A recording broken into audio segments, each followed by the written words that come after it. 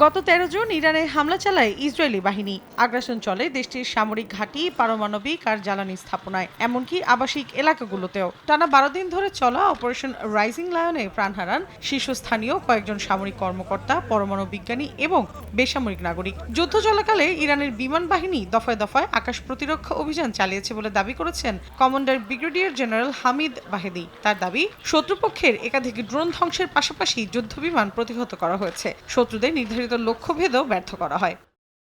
এরই মধ্যে ইরানের কাতেমুল আম্বিয়া সেন্ট্রাল হেডকোয়ার্টার্সের প্রধান মেজর জেনারেল আলী আবদুল্লাহি জানান, সাম্প্রতিক যুদ্ধ সেনাদের আরও প্রস্তুত করেছে। তার দাবি, জাতীয় ঐক্য ও সামরিক সক্ষমতাই যুক্তরাষ্ট্র ও ইসরায়েলের অভিসন্ধিকে ভেস্তে দিয়েছে। স্থানীয় সময় বৃহস্পতিবার এক্সের এক পোস্টে তিনি লেখেন, ইরানের সশস্ত্র বাহিনী সবসময় সার্বভৌমত্ব, জাতীয় নিরাপত্তা ও ইসলামিক বিপ্লবের অর্জন রক্ষায় প্রস্তুত।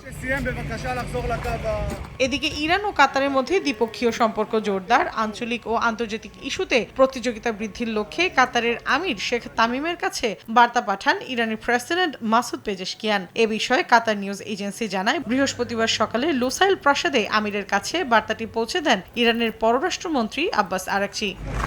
মৌসুমী সাথী, সময় সংবাদ।